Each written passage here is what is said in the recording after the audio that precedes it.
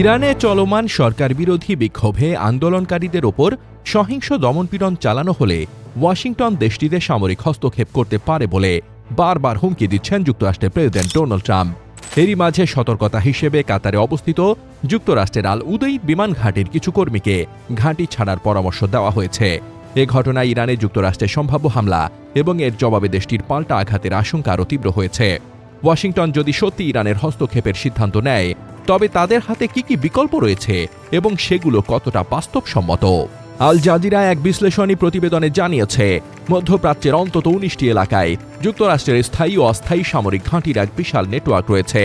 এই ১৯টি অবস্থানের মধ্যে বাহরাইন, মিশর, ইরাক, জর্ডান, কুয়েত, কাতার, সৌদি আরব ও সংযুক্ত আরব আমিরাতে যুক্তরাষ্ট্রের ৮টি স্থায়ী ঘাঁটি রয়েছে।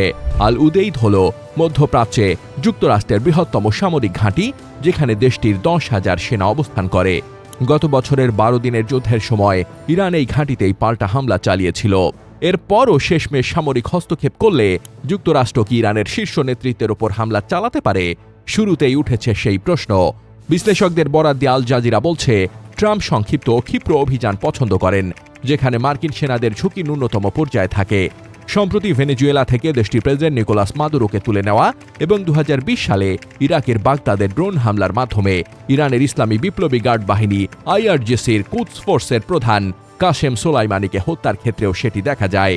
গত বছরের জুনে ১২ দিনের যুদ্ধের সময় ইরানের সর্বোচ্চ নেতা আয়াতুল্লাহ আলী খামেনিকে ইঙ্গিত করে ট্রাম্প লিখেছিলেন, তথাকথিত সর্বোচ্চ নেতা কোথায় লুকিয়ে আছেন তা আমরা ঠিকঠাক জানি।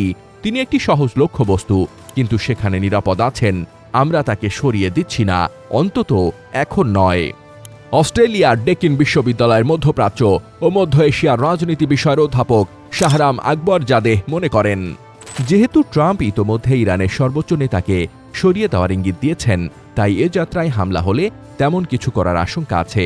তবে সেজন্য ট্রাম্পকে এর অনিবার্য প্রতিক্রিয়ার জন্য প্রস্তুত থাকতে হবে। আকবরজাদেহ বলেন, ভেনেজুয়েলার মতো কোনো অভিযান ইরানে চালানো অত্যন্ত কঠিন।